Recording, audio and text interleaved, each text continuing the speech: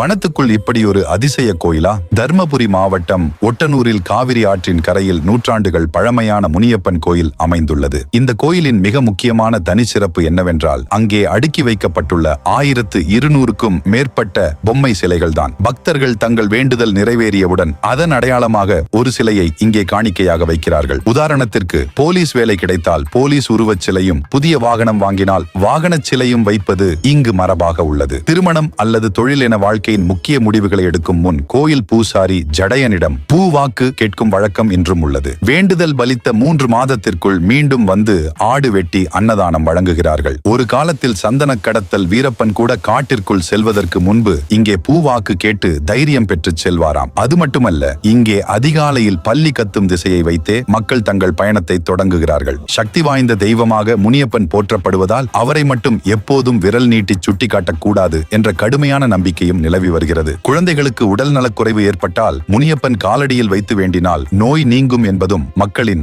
அசைக்க முடியாத நம்பிக்கை. இந்த ஆன்மீக தகவல் உங்களுக்கு பிடித்திருந்தால் மறக்காமல் நமது சேனலை ஒரு சப்ஸ்கிரைப் செய்து கொள்ளுங்கள்.